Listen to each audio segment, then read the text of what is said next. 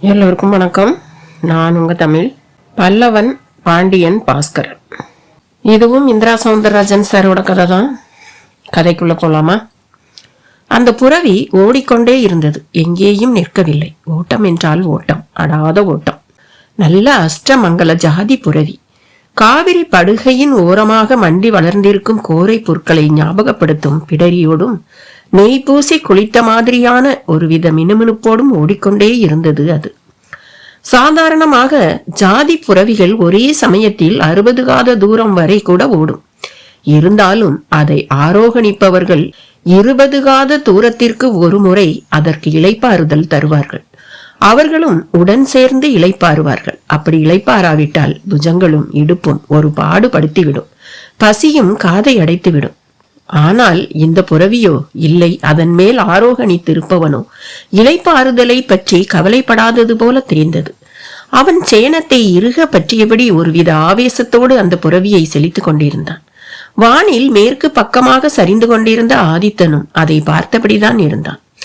அவனும் கூட கண்களை கூசச் செய்யும் அந்த வான் ஜோதியை அவ்வப்பொழுது பார்த்து கொண்டேதான் பயணத்தை தொடர்ந்து கொண்டிருந்தான். நெடுந்தொலைவில் இருந்தது காஞ்சி.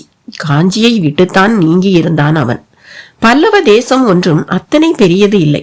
சேர சோழ பாண்டிய மண்டலங்களோடு ஒப்பிடும்போது பல்லவ சாம்ராஜ்யத்தின் நீள அகலங்கள் அப்படி ஒன்றும் பிரமாதமான யோசனை தூரங்கள் கொண்டவை இல்லைதான். ஒரு பக்கம் ஆரணி, ஒரு பக்கம் மயிலை, ஒரு பக்கம் சமுத்திரம் என்று சில 100 காதங்களை கொண்டதுதான். ஆனாலும் வாதாபியின் வெற்றிக்கு பிறகு பல்லவ சாம்ராஜ்யத்திற்கு ஒரு தனி பெருமை கிட்டியிருப்பதாகவே தோன்றுகிறது. இந்த வெற்றியால் மாமன்னர் நரசிம்ம பல்லவ சக்கரவர்த்திக்கு பெயரும் புகழும் கூடிவிட்டது என்னவோ உண்மைதான். சேர சோழ பாண்டியாதிபதிகளும் கூட அவையை கூட்டி வாதாபி யுத்தம் பற்றியும் அதில் நரசிம்ம பல்லவர் காட்டிய வீரதீரம் பற்றியும் வெகுவாக விவாதித்திருக்கிறார்கள். நகரங்களில் எப்போதுமே காஞ்சிக்கு ஒரு விசேஷ அந்தஸ்து உண்டு. ஒரு பக்கம் சைவர்கள் ஏகாம்பரேஸ்வரரை தரிசிக்க போய்கொண்டிருப்பார்கள். மறு பக்கத்தில் அத்திவரதனை தரிசிக்க வைணவர்கள் போய் வந்த வண்ணம் இருப்பார்கள்.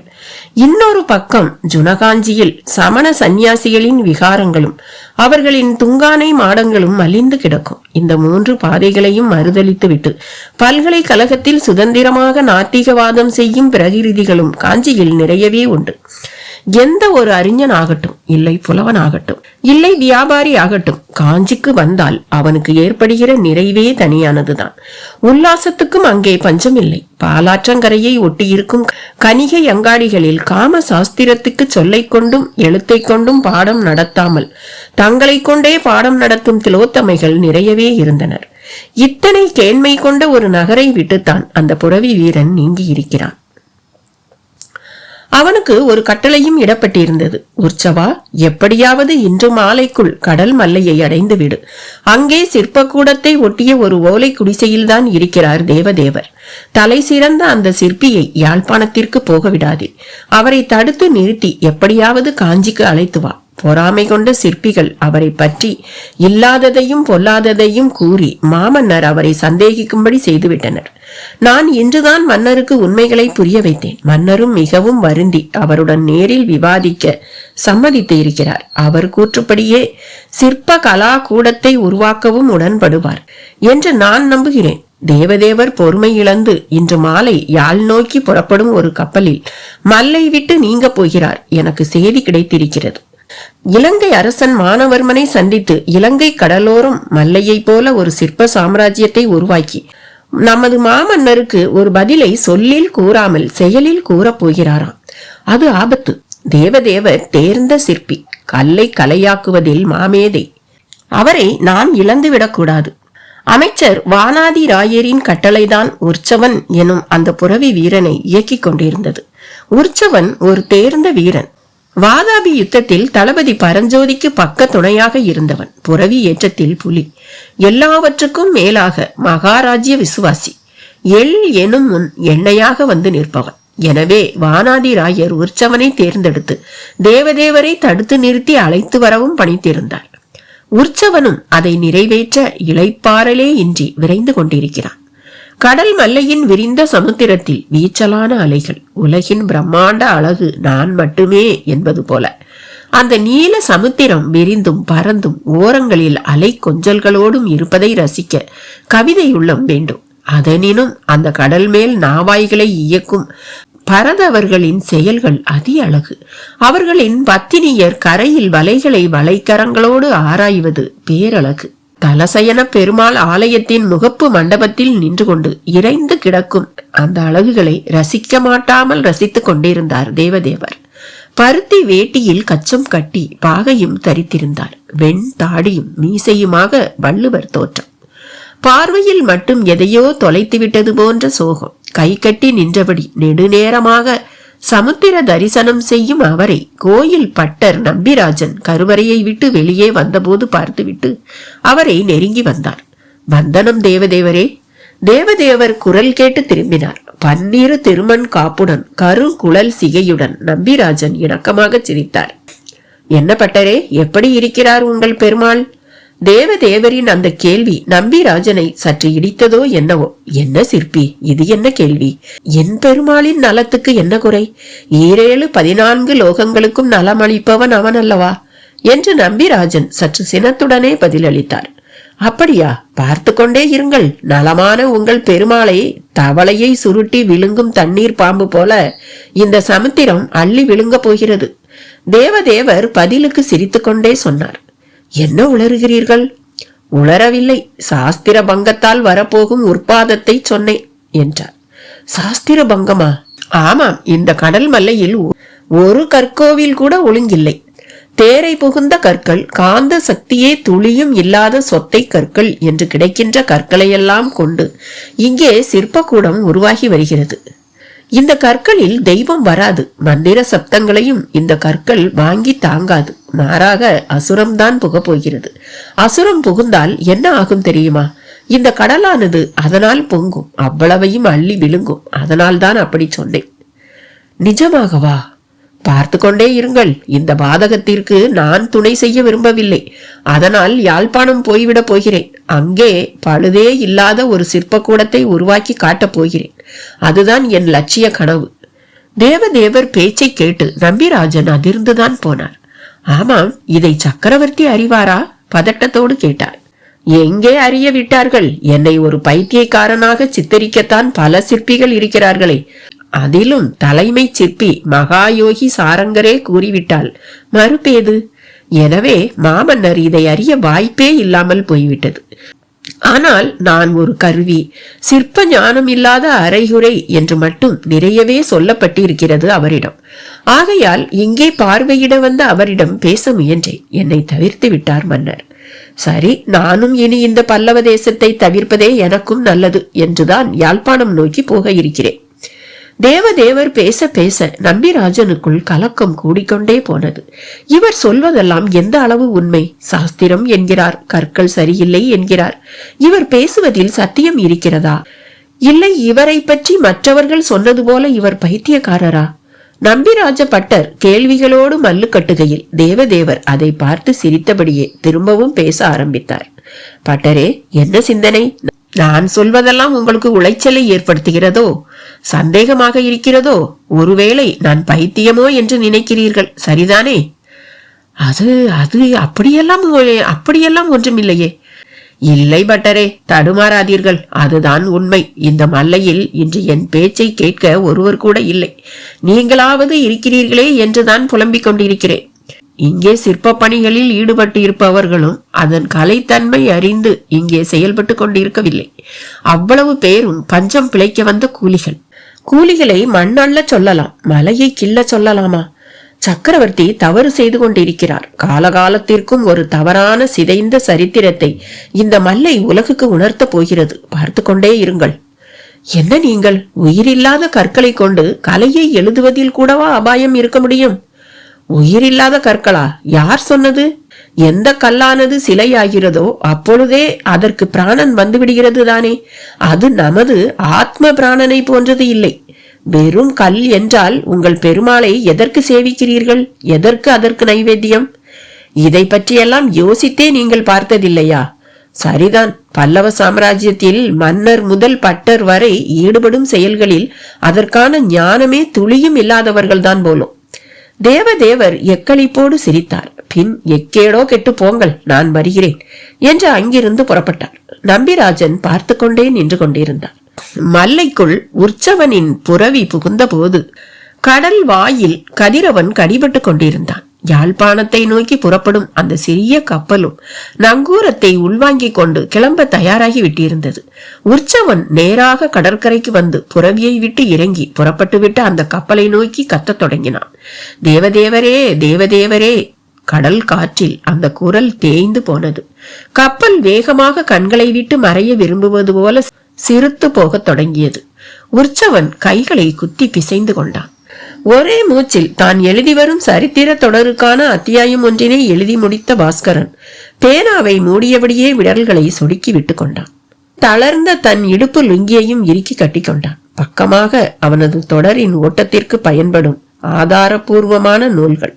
அவற்றை எடுத்து அடுக்கி செல்பில் வைத்துவிட்டு திரும்பிய போது அவனது பிளாட் வாசலில் ஹாய் என்றது ஒரு பெண் குரல்.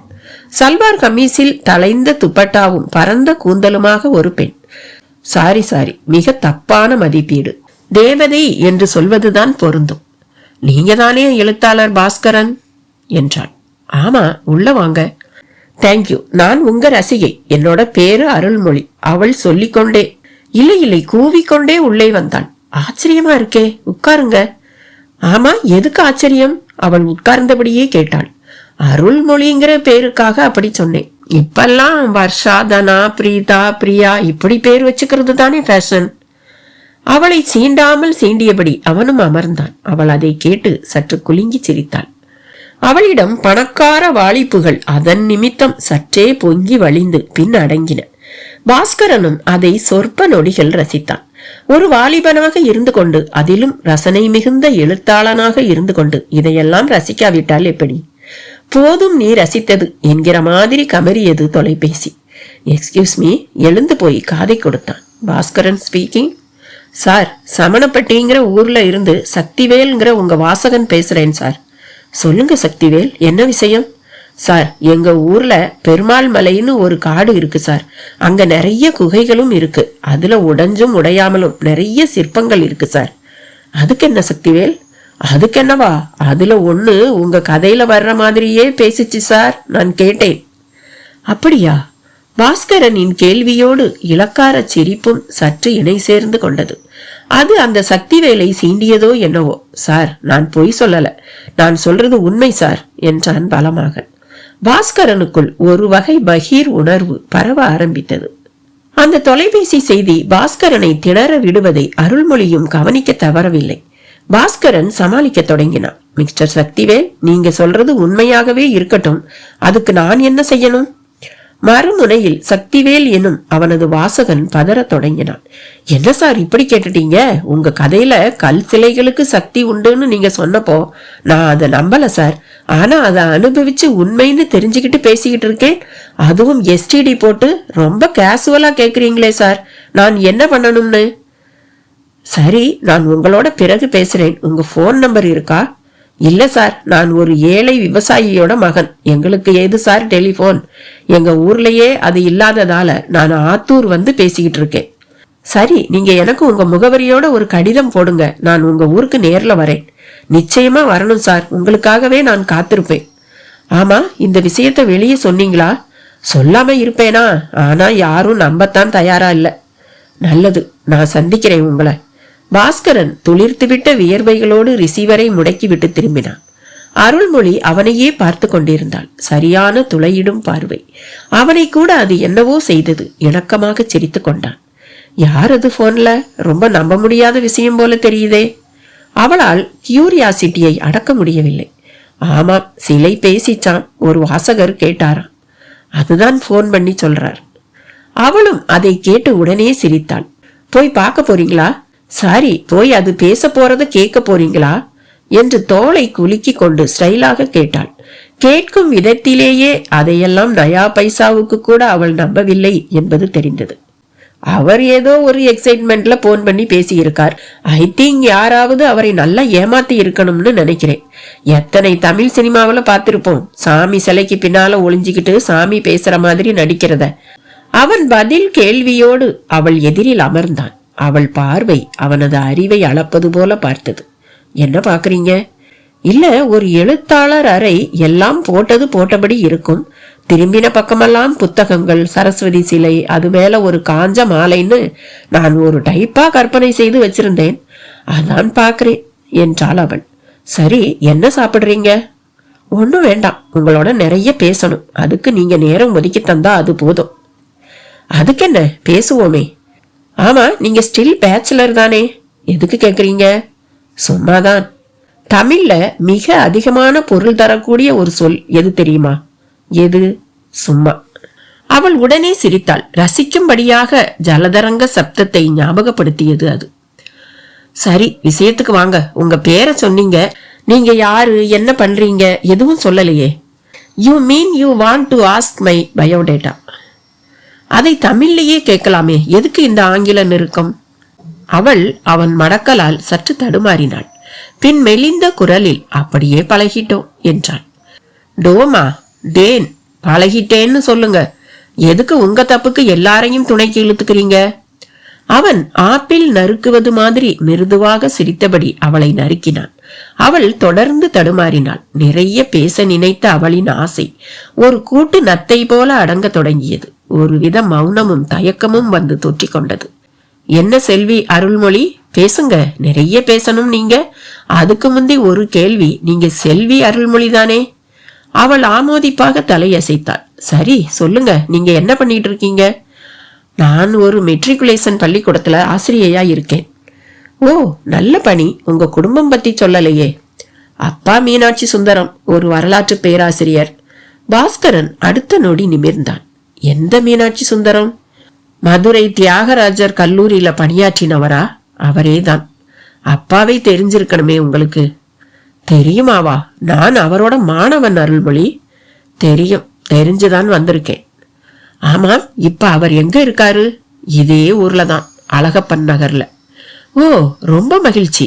என் ஆசிரியர் மகள் நீங்க. உங்களுக்கு சாப்பிட ஏதாவது கொடுத்தே தீரணும் நான். பாஸ்கரன் சொல்லிக்கொண்டே எழுந்தான்.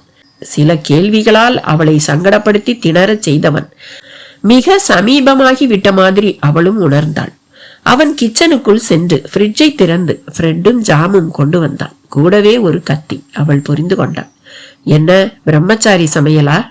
ஆமா. அம்மா அப்பா எல்லாம் எங்க?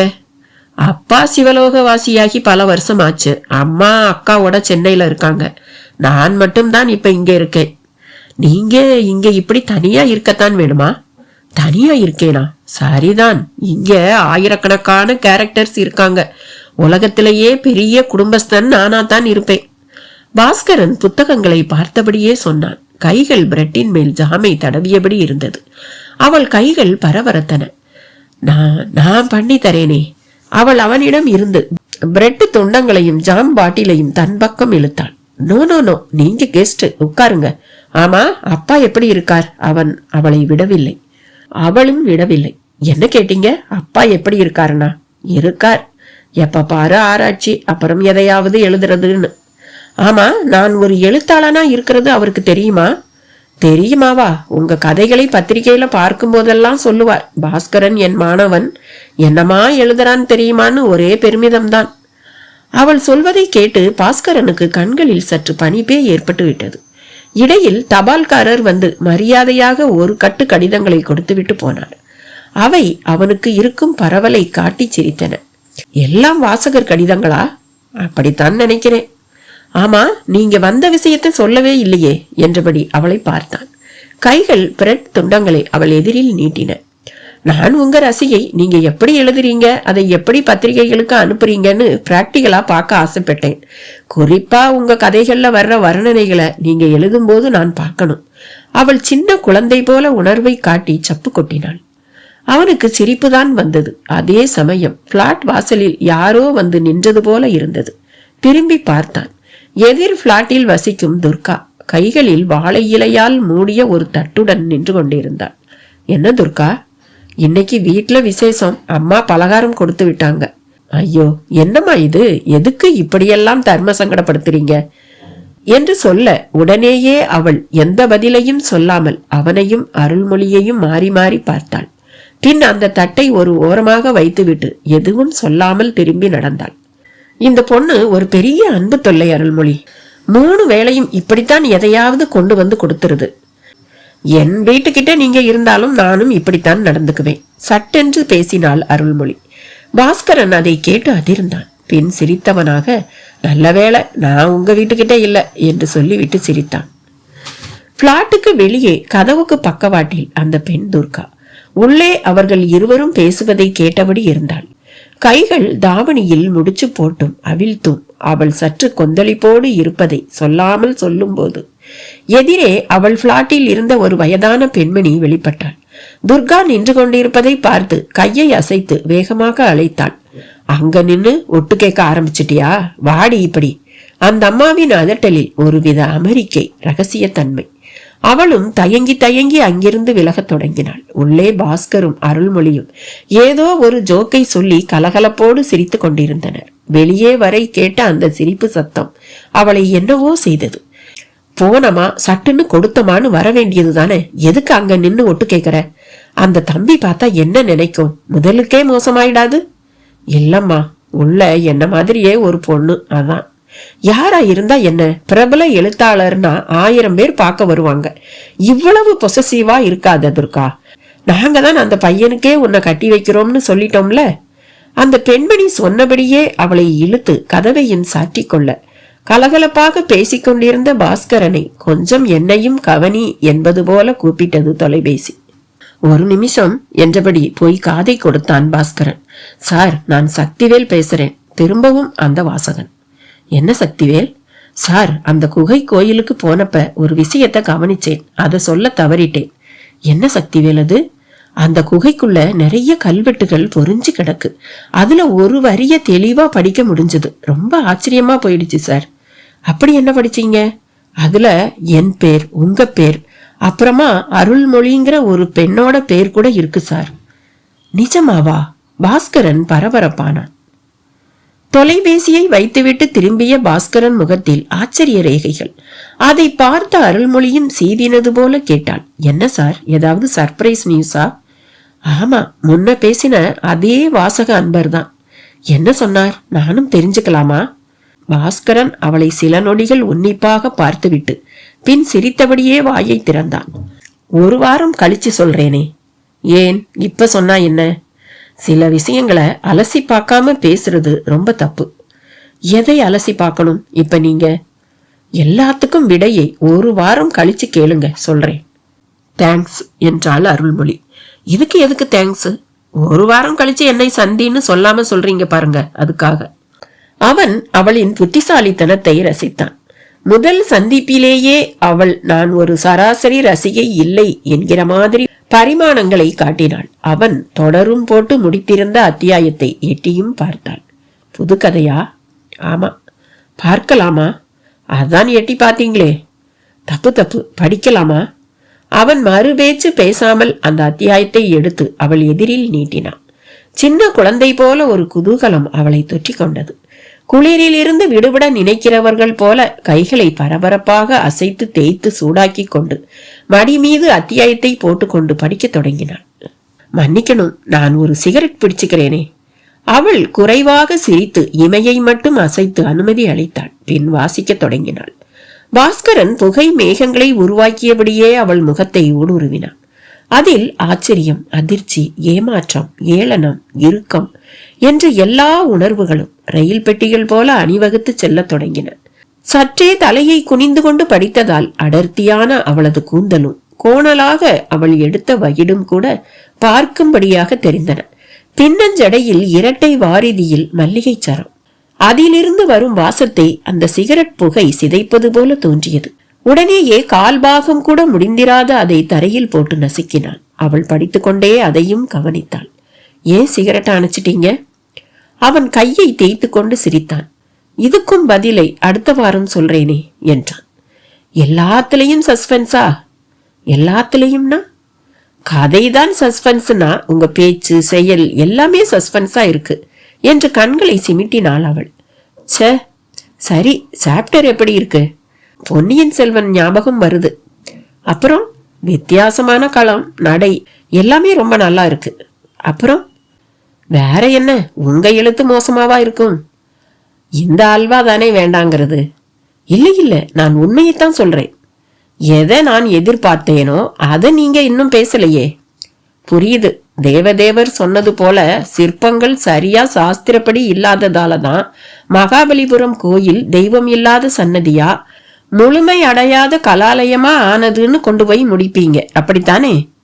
இல்ல, நான் வேற மாதிரி கொண்டு போக போறேன். அவள் அதை கேட்டு மௌனமாக பார்வையால் அவனை துளையிட்டாள். எப்படின்னு கேட்க மாட்டீங்களா? மாட்டேன். ஏன்? அதுக்கும் பதிலா அடுத்த வாரம் சொல்றேன்னு சொல்லிட்டீங்கன்னா? அடுத்த நொடி அவன் பெரிதாக சிரித்தான். சத்தம் எதிர் பிளாட்டை ஊடுருவி உள்ளே கதவுக்கு பின்னாலேயே நின்று கொண்டிருந்த துர்காவின் காதுகள் வரை பாய்ந்தது. அவள் கை நகங்கள் எரிச்சலோடு பற்களிடையே வதைவட தொடங்கின. வறட்சிக்கு இலக்கணம் எழுதி கொண்டிருந்தது சமணப்பட்டி. உழுது போடப்பட்டிருந்த நிலங்கள் தண்ணீருக்காக வானம் பார்த்தபடி கிடந்தன. அங்கும் இங்குமாக பிழைத்து கிடந்த ஆவாரம் புதர்களையும் கூட ஆடும் மாடும் கரித்து விழுங்கி விட்டிருந்தன. பெருமாள் மலை மேலிருந்து பார்த்தபோது ஊரே செம்பழுப்பு நிறத்தில்தான் தெரிந்தது. துளி கூட பசுமை இல்லை. மழை மட்டும் சரியாக பெய்திருந்தால் பச்சை கம்பளமாக தெரிய வேண்டிய ஊர். மலை மேல் கூட விதம் விதமாக பாறைகள் உருண்டையாய் தட்டையாய் கர்ப்பிணியின் வயிறு போல. இதில் ஆங்காங்கே ஒரு குடும்பம் நடத்த முடிந்த அளவுக்கு இடப்பரப்போடு குகைகள் வேறு. இவற்றுக்குள் மச்சினி குகைக்குள் மட்டும் தரைமேல் படுத்து ஊர்ந்துதான் போக வேண்டும். உள்ளே விட்டலாச்சாரியார் பட செட்டு போல தலையில்லாத பன்னீரு கர காளி சிலை, கல் தொட்டி, யாழி, கல் பாவையர்கள் என்று ஒரு குட்டி சிற்ப உலகம் அங்கேதான் பூமியில் கழுத்து வரை புதைக்கப்பட்டது போல தரை மேல் ஒரு மனித தலை மட்டும் தெரிந்தது. அநேகமாக அது அந்த காளியின் தலையாகத்தான் இருக்க வேண்டும். உள்ளே குகை சுவரில் கசா முசாவென்று கல்வெட்டு எழுத்துக்கள். ஒரு வரியை கூட படிக்க முடியாதபடி காங்கா சாவை போர்டில் எழுதி போட்டது போல காட்சியளித்தன. ஆங்காங்கே அவற்றின் மேல் வவ்வால்கள் வேறு ஒட்டிக்கொண்டு கிடந்தன. மச்சினி குகைக்கு வெளியே சிரமம் இல்லாமல் நுழைய முடிந்தது போல ஆவென்ற திறப்போடு பலவிதமான குகைகள். அதில் பாறையிலேயே படுக்கைகள் வெட்டப்பட்டு தலைப்பாகத்தில் 1 அங்குல ஆழத்திற்கு ஒரு மனித தலையின் பின்பாகம் பதியும் அளவு ரேடியஸோடு குழிகள். அதில் பெரும்பாலும் தேரைகள் அடைந்து கிடக்கும். மலை முதுகில் சுற்றிலும் இப்படி குகைகள். நடுவில் ஒரு டென்னிஸ் மைதானம் போல பாறை சமதளம். அதன் நடுவில் கொடிமர பீடம் போல ஒரு கல் பீடம். அன்றும் அந்த மலை முதுகு வரை சிரமப்பட்டு ஏறி வந்தது போல மூச்சிறைக்க வந்து நின்றான் சக்திவேல். வேட்டியும் சட்டையுமாக ஒரு கிராமத்து இளைஞனின் கம்பீரத்தோடு கூடவே பாவாடை தாவணியில் அவனது முறைப்பெண் மகேஸ்வரி, மா நிறத்தில் மஞ்சள் பூசிய முகத்தோடு. ஆத்தி, என்னமா மூச்சிழைக்குது என்று மார்பு மேல் கை வைத்தபடி ஆசுவாசித்துக் கொண்டாள். பின் நிதானமாக சுற்றிலும் பார்த்தாள். இதுதான் பெருமாள் மலையா? ஆமா, எங்க கோயிலு? பெருமூச்சோடு கேட்டாள். கோயில்லாம் கிடையாது, வெறும் குகைங்கதான். பெருமாள் மலைங்கவும் பெருமாள் சாமி இருக்கும்னு நினைச்சேன் என்றபடியே தொடர்ந்து ஒரு நோட்டத்தை போட்டாள். காற்று வேகமாக வீசிக்கொண்டிருந்தது. அவள் தாவணியும் கொடியாட்டம் பறந்தது. உச்சிக்கு வந்தபடி இருந்தான் சூரியன். ஆங்காங்கே மேக பொதிகள் மறைத்ததால் அத்தனை வெப்பமில்லை. சரி சரி, வா, நம்ம மச்சினி குகைக்கு போவோம். மச்சினி குகையா? பேரே வித்தியாசமா இருக்கே. வந்துதான் பாரே. சரி, எதுக்கு கூட்டிகிட்டு வந்த? சும்மா உனக்கு சுட்டி காட்டத்தான். பொய், அவள் உதட்டை கடித்தபடி சொன்னாள். அவன் அதை ரசித்தபடியே அவளை ஊடுருவினான். சரி, வா போலாம் என்றபடி மச்சினி குகை வாயில் முன்பு போய் நின்றான். உள்ளார என்ன இருக்கு? வந்து பார்த்துட்டு சொல்லேன். எதுவா இருந்தாலும் சரி, உள்ள போனப்பறம் இதுக்குத்தான் கூட்டிட்டு வந்தேன்னு சில்மிசம் பண்ணக்கூடாது சக்தி. திரும்பவும் சிரித்தான் சக்திவேல். சரி சரி, வா. சொன்னபடியே தரையில் படுத்து ஒரு ஆள் புக முடிந்த அதன் துவாரத்துக்குள் ஊர்ந்து செல்ல தொடங்கினான். ஐயோ, இப்படி படுத்துத்தான் போக முடியுமா? ஆமா, நை நைங்காம என் பின்னாலேயே வா மகேஸ்வரி. அவன் முன்னாடி செல்ல அவள் பின்னாலேயே தவழ்ந்து உள்ளே நுழைந்தாள். நிமிர்ந்தாள். எதிரில் தெரிந்த உள்கூட்டை பார்த்துவிட்டு வாயையும் பிளந்தாள். ஆத்தி, உள்ளார இம்புட்டு பெரிய இடமா? வியப்பை வார்த்தையாக்கியபடி நடந்தாள். தலை இல்லாத காளி சிலை அவளை மிரட்டியது. கல் பாவையர்கள் ஆச்சரியம் ஊட்டினார்கள். ஆமா, இது காளியாத்தா சிலைதானே? அப்படித்தான் நினைக்கிறேன். ஆமா, எங்க தலை?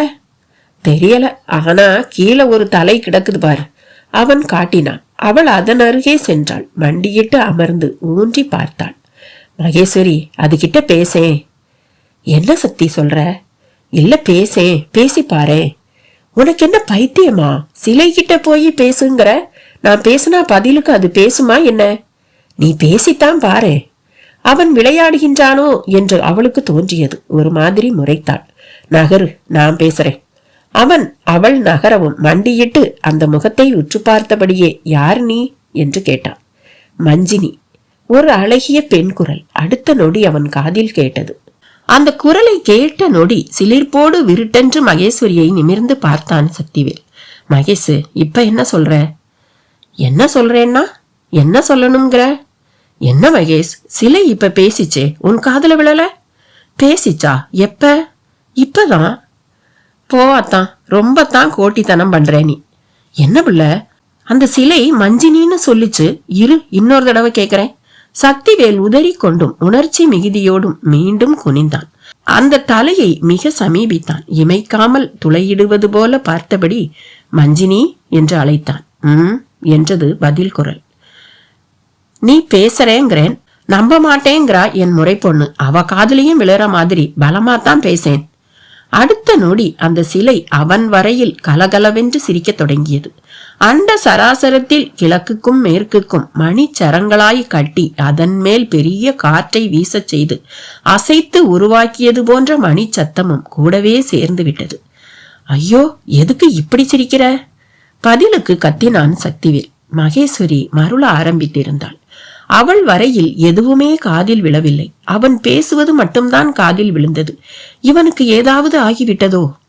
கேள்வியை புருவத்தின் மேல் வைத்துக் கொண்டு ஒரு தினுசாக பார்த்தாள். என்ன மகேஷ் பாக்குற? எப்படி சிரிக்குது பாத்தியா இந்த தலை? சிரிக்குதா? என் காதுக்கு எதுவுமே கேட்கலத்தான். ஆமா, உனக்கு ஸ்க்ரூ கலண்டுடுச்சா? எதுக்கு இப்படியெல்லாம் நடந்துக்கிற? மகேஸ்வரியின் பதில் கேள்வி அவன் முகத்தை அஷ்டகோணல் ஆக்கியது. பெருமூச்சோடு கைகளை குத்தி கொண்டான். அத்தான், அவள் திரும்ப அழைத்தாள். நிமிர்ந்தான். விளையாடினது போதும், வா போலாம். இங்கே ரொம்ப புழுக்கமா இருக்கு. அவளை ஒரு மாதிரி பார்த்தான். வாத்தான், சினிங்கினாள். இனி பேசவோ கேள்வி கேட்கவோ ஒன்றும் இல்லை என்று தோன்றியது. மகேஸ்வரி சொல்வதிலும் உண்மை இருக்கிற மாதிரி பட்டது. அவளுக்கு கேட்டிருந்தாள் அவளும் தன்னை போலவே எக்ஸைட் ஆகியிருப்பாளே. இவளுக்கு கேட்கவில்லை. அதனால்தான் பைத்தியம் போல என்னை நினைக்கிறாள். எனக்கு மட்டும் எப்படி கேட்கிறது? யோசனையோடு பார்வை திரும்பவும் அந்த தலை சிலை மேல் போனது. என்ன நினைத்தானோ திரும்பவும் குனிந்தான். ஏய் மஞ்சினி, நீ பேசுறது என் முறை பொண்ணுக்கு கேட்க மாட்டேங்குதான். ஆனா எனக்கு மட்டும் கேக்குது. எதனால இப்படின்னு சொல்ல மாட்டியா? திரும்பவும் அந்த தலைமுகத்தில் ஒரு விதமான சிரிப்பு சத்தம். சிரிக்காத, நான் அரண்டு போயிருக்கேன். வெளியே சொன்னா என்ன பைத்தியம்ங்கிறாங்க. இவளும் ஸ்க்ரூ கலண்டுடுச்சான்னு கேக்குறா. ஏன் வெளியே சொல்ற? அது பதில் கேள்வி கேட்டது. அவனுக்கு நறுக்கென்று குட்டுப்பட்ட மாதிரி ஆயிற்று. ஒரு கல் பேசுறது அதிசயம் இல்லையா? அதை கேட்ட அந்த தலை திரும்பவும் சிரித்தது. சிரிக்காத, பதில சொல்லு. நான் பேசுறது ஒன்னும் அதிசயமே இல்ல. அதைவிட பெரிய அதிசயமெல்லாம் இங்க இருக்கு. எனக்கு நீ பேசுறதே பெரிய அதிசயமா இருக்கு. அதைவிட பெரிய அதிசயமெல்லாம் இங்க இருக்குன்னு சொல்லி எனக்குள்ள கிளி மூட்டுறியே. ஆமா, கிளிதான். கிளியா நினைச்சாத்தான் அது கிளி, இல்லைன்னா ஒண்ணுமே இல்ல. சரி, நீ யாரு? எப்படி பேசுற நீ? நான் மஞ்சினி, அகலிகை மாதிரி சாபத்தால கல்லாயிட்ட ஒரு ராஜகுமாரி நான். பொய் சொல்றே நீ.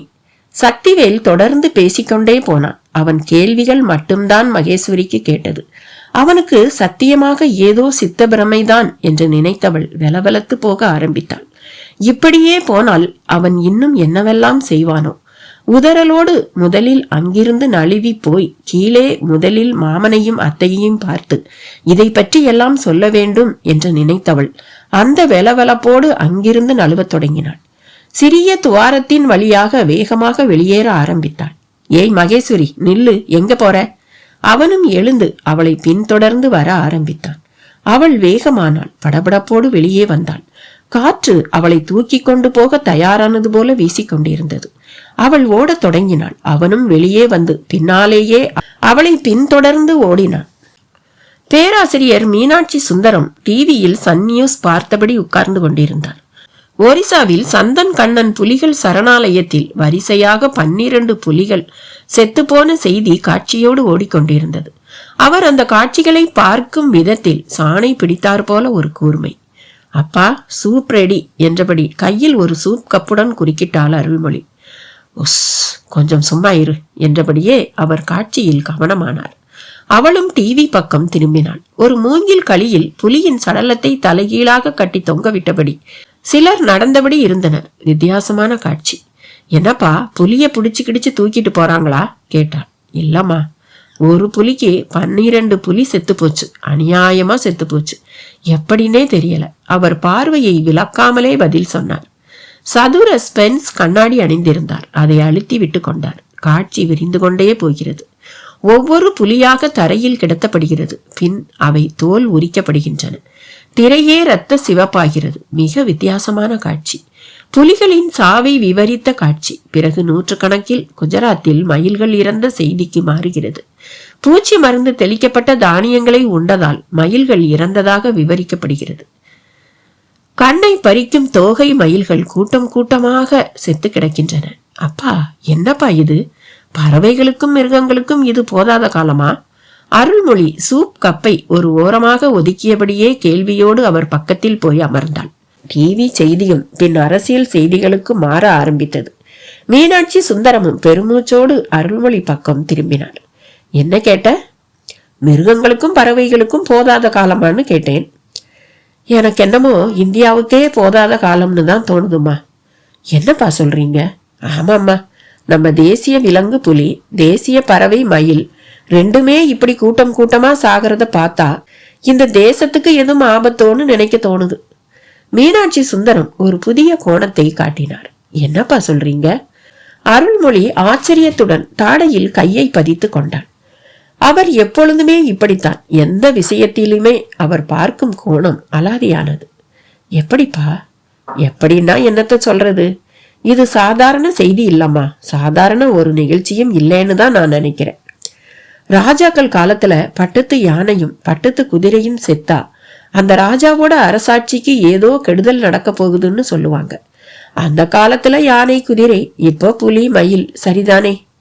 அவர் அப்படி கேட்ட மறுநொடி அருள்மொழி அவரை முறைக்க தொடங்கினாள். என்னம்மா, எதுக்கு முறைக்கிற? முறைக்காம இப்படி உளறினா முறைக்காம தான் இருக்க முடியுமா? எதை எதோடப்பா முடிச்சு போடுறீங்க? உங்களுக்கு ரொம்பவும் கொடுமையான கற்பனைப்பா. அருள்மொழி சலித்து கொண்டாள். அப்பொழுது காலிங் பெல்லின் அழைப்பு சத்தம். இனிமே இந்த மாதிரி எல்லாம் உளராதீங்க. இல்ல உளறித்தான் தீருவேன்னா பாசிட்டிவ் தாட்டோட உளருங்க. புலி செத்து போச்சு, அதனால நமக்கு வர இருந்த ஆபத்து நீங்கி போச்சுன்னு சொல்லுங்க. மயில் செத்து போச்சு, அதனால தப்பா நடக்க இருந்த ஒரு விஷயம் மயிலால மாறி போச்சுன்னு சொல்லுங்க. நீங்களும் உங்க கணிப்பு. சடைத்தபடியே நடந்து சென்று வாசல் கதவை திறந்தாள். வெளியில் புன்னகை முகத்தோடு பாஸ்கரன். பாஸ்கரனை பார்த்த நொடி அருள்மொழி ஒரு பந்து போல ஆனாள். உற்சாகத்தில் எகிரி குதித்தாள். ஹலோ சார், வாங்க வாங்க. யாருமா வெளியே? உள்ளிருந்தும் கேள்வி. பார்த்துட்டு சொல்லுங்க, பார்த்தா அசந்து போயிடுவீங்கப்பா. அருள்மொழி கூவிக்கொண்டே திரும்ப பாஸ்கரனும் புன்னகையோடு பின்தொடர்ந்தான்.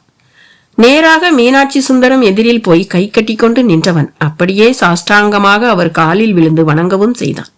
யாரு? பாஸ்கரனா? பாஸ்கரனே தான் சார், உங்க ஸ்டூடெண்ட் பாஸ்கரனே தான். ஏய், வாட் எ சர்ப்ரைஸ். அருள் சொன்னது சரிதான். எப்படிப்பா இருக்க? நல்லா இருக்கேன் சார். பிரம்மாதமா இருக்கேன்னு சொல்லு. எங்க பாரு உன் பேர் தான். பேப்பர், புஸ்தகம், டிவின்னு ஜமாய்க்கிறியே. எல்லாம் உங்க ஆசீர்வாதம் சார். சந்தோஷம். ஆமா, நீ மதுரையிலயா இருக்க? ஆமா சார். உன் மாதிரி எழுத்தாளர்களுக்கு மதுரையை விட சென்னை தானே வசதியான ஊர்.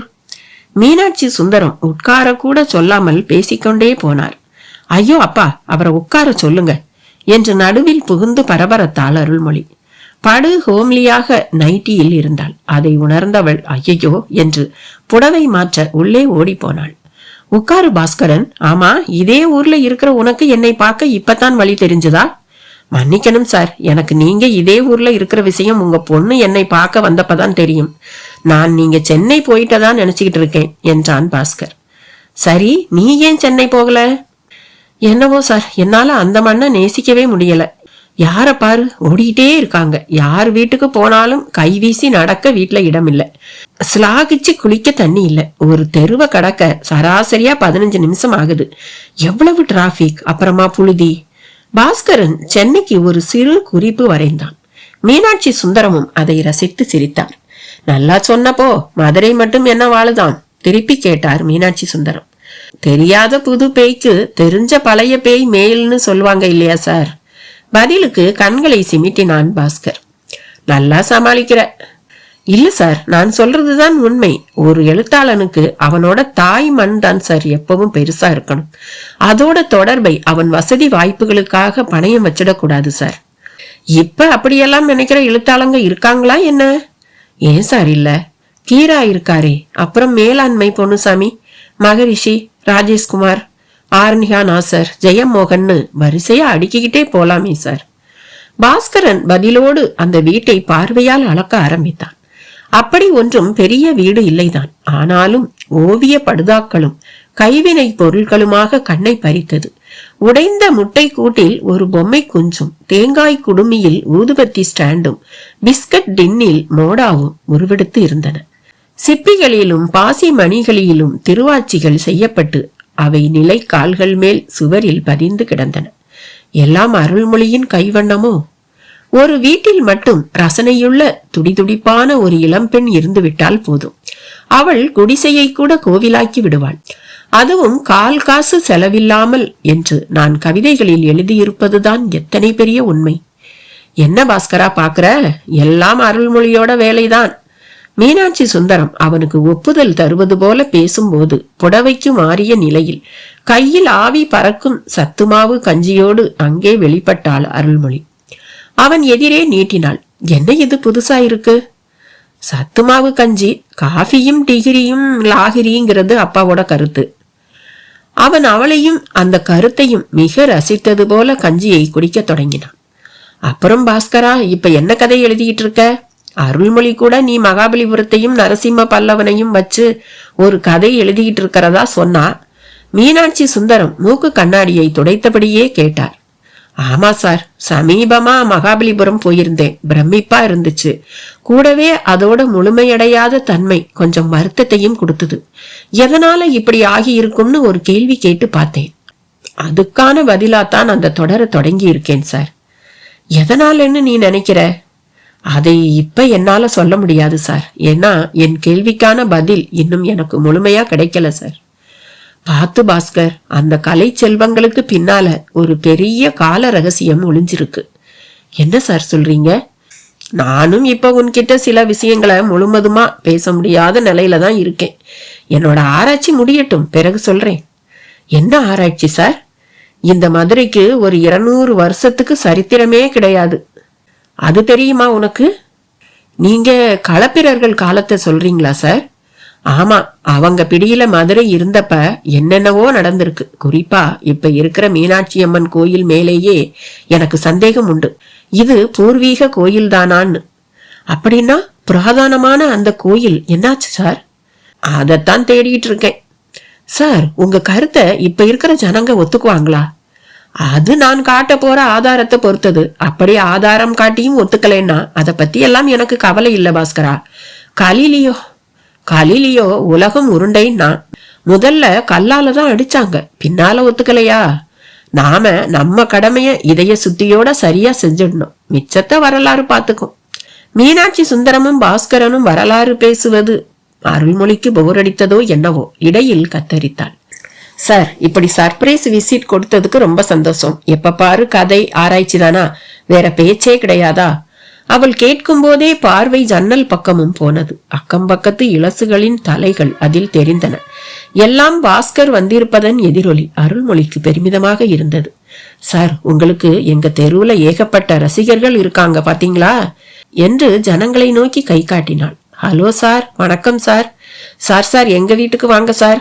ஆளாளுக்கு குரல் கொடுத்தார்கள். அருள்மொழி அவர்களை அதிகம் சோதிக்காமல் போய் கதவை திறந்தாள். திபு திபு வென்று உள்ளே வந்தார்கள்.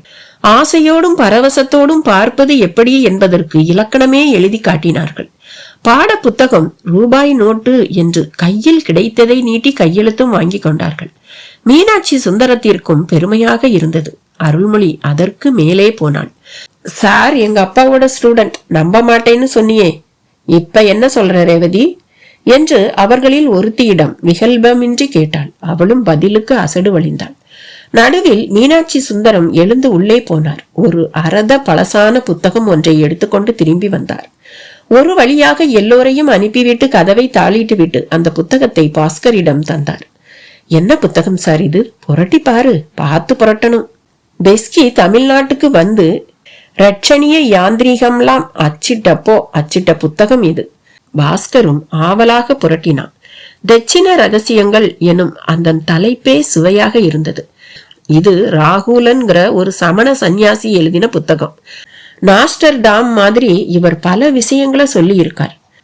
இந்த புத்தகத்தை நான் பிளாட்பாரத்து ஒரு பழைய புத்தக கடையில வெறும் 75 பைசாவுக்கு வாங்கினேன். இதை போய் வாங்கிக்கிறீங்களே சார்னு அந்த புத்தக கடைக்காரனும் என்னை ஒரு மாதிரி தான் பார்த்தான். ஆனா அவனுக்கு தெரியாது இதுல 75 கோடிக்கும் மேல வேல்யூ உள்ள ரகசியங்கள் இருக்கிறது. பாஸ்கரன் பக்கங்களை புரட்ட புரட்ட மீனாட்சி சுந்தரமும் அதற்கான பின்னணியை சொல்லிக்கொண்டே வந்தார். ஒரு பக்கத்தில் அச்சிடப்பட்டிருந்த ஒரு மனிதனின் வரைபடம் பாஸ்கரனை ஒரு க்ஷணம் ஒலுக்கியது. அந்த மனிதர் தலைக்கு ஒரு ரஷ்ய பாணியிலான நீண்ட கூம்பு குல்லாவை தரித்திருந்தார். அவருக்கு ஒரு கால் இல்லை. பதிலுக்கு 2 கைகளின் அக்குளில் அண்ட கொடுத்திருந்த கட்டை கால்களோடு நின்று கொண்டிருந்தார். சர்வ பௌமர் ஸ்ரீ ஸ்ரீ பிரம்மமித்திரர் எனும் பெயர். அவரை பற்றிய செய்தி பக்கத்திலேயே அச்சாகி இருந்தது. சார்வ பௌமர் ஸ்ரீ ஸ்ரீ பிரம்மமித்திரன் எனும் இவர் முன்னாளில் ஒரு மகா சைவர், பரமேஸ்வரனை அன்றி வேறு தெய்வங்களை மனதாலும் நினையாத வீர சைவர். பின்னாளில் சமணராகி அருக பெருமானை துதித்து 131 நாள்கள் துளி நீரும் அன்ன ஆகாரமும் இன்றி உபவாசம் இருந்து பின் ஜீவன் முக்தி பெற்றார். இவரது வம்சாவளிகள் 7 பேர் வரிசையாக வெளிப்படுவார்கள். அவர்களில் ஆகாய ஜோதியின் பெயர் கொண்ட ஒருவன் பெரும் புகழ் கொண்ட எழுத்தாளனாய் மிளிர்வான். இவனாலே உலகம் ஒளிந்துபட்ட ரகசியங்களை அறியும். அதில் ஒன்று கடுங்கோன் பாண்டியனின் சொர்ண மீனாட்சி திருமேனி. 60 தோலா சொர்ணம் இது. மதங்கினி சித்தரின் ரசவாத சித்தால் அவருக்கு உதவாது போனதாம். உதவாது போனது உதவ போவதும் 2 பின்னே 0 3 வரும் அதன் வருடத்தில் என்பேன். சமணப்பட்டி இதை சார்ந்துரை செய்யும். அந்த பக்கத்தை படிக்க படிக்க பாஸ்கரனுக்குள் பரபரப்பும் படபடப்பும் போட்டியிட்டது. என்ன பாஸ்கர், ரொம்ப எக்ஸைட் ஆகிற மாதிரி தெரியுதே. சார், இந்த படத்துல இருக்கிறவர் என் கொள்ளு தாத்தா சார். நிஜமாவா? ஆமா சார், இதே மாதிரி ஒரு படம் எங்க தாத்தா வீட்டுல இருந்து நான் பார்த்திருக்கேன். அப்படியா?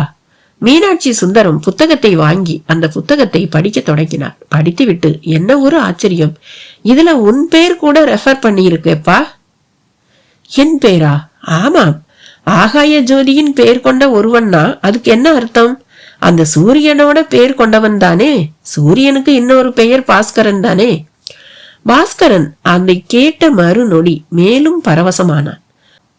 மகேஸ்வரி சொல்ல சொல்ல தலையில் அடித்துக் கொண்டார் மயில்சாமி. பூங்காவனமும் சேர்ந்து தலையில் அடித்துக் கொண்டாள். அருகில் கையை கட்டிக்கொண்டு இறுக்கமாக நின்று கொண்டிருந்தான் சக்திவேல்.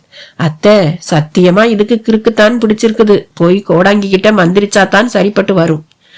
ஏலே, கேட்டியா? அந்த கரட்டு பக்கம் யாராச்சும் போறாங்களாடா? வெட்டி பயலுக கூட சீட்டாட சுடுகாட்டுக்கு தாண்டா போறாங்க. அந்த கரட்டு பக்கம் போறதில்ல. நீ ஏண்டா போன? ஏங்க, அங்கன சுத்துற ஒத்தக்கன் சாத்தான் இவனை அடிச்சிருக்குமோ? சக்திவேலை சரமாரியாக சடைத்து போட்டு கொண்டிருந்தனர் மூவரும். சக்திவேல் வெறுத்து போனான். மகேஸ்வரியை ஒரு மாதிரி பார்த்தான். வெறுப்போடு அங்கிருந்து வெளியேறினான். கிராமத்து வீதி சாண வாசத்தோடும் வைக்கோல் துண்டுகளோடும் வரவேற்றது. பெருமாயி கிழவி ஆடுகளை ஓட்டிக்கொண்டு போய்கொண்டிருந்தாள். அவளை தாண்டி கடந்து தோட்டத்து கிணற்று பக்கம் போனான். சரியான இளநீர் கேணி. இறங்கி குளித்தால் மிகவும் புத்துணர்ச்சியாக இருக்கும். கேணியை ஒட்டி அங்கும் இங்குமாக பட்டிய கற்கள். யாரும் சமண பெட்டியில் தரைக்கு சிமெண்டை நம்பியதே இல்லை. கல்லாலேயே சுவர்கள், திண்ணைகள், எங்கு பார்த்தாலும் கல்தான். பக்கத்திலேயே பெருமாள் மலை இருந்ததாலோ என்னவோ அந்த கற்களிலும் கூட கண்டபடி எழுத்துக்கள். பெரும்பாலும் அதில் நாகர் படங்கள். அதிலும் படம் எடுத்த நாகத்தின் நிழலிலும் தவம் செய்யும் முனிவர்களின் உருவங்கள். அந்த கல் பாம்புகளையும் உருவங்களையும் பார்த்து பார்த்து அலுத்து போன மக்கள் இன்று அதில் ஆடு மாடுகளையே கட்டி போட்டிருக்கிறார்கள். அத்தனை மலிந்து விட்டது. அப்படி ஒரு கல் தூண் ஒன்று கிணற்று மதிலை ஒட்டி கிடந்தது. போய் அதன் மேல் உட்கார்ந்து கொண்டு கிணற்றுக்குள் கல் எறிந்து நீர் பரப்பில் வட்டங்களை உருவாக்க தொடங்கினான். அப்படியே மனதுக்குள் தனக்குத்தானே கேட்டுக்கொண்டான், ஒருவேளை நம் காதில் விழுந்த குரல் பிரம்மையோ? இல்லை சக்திவேல் என்றொரு குரல் பக்கவாட்டில் இருந்து உடனேயே கேட்டது. இந்த கதையோட தொடர்ச்சி அடுத்த பதிவுல. பாய்.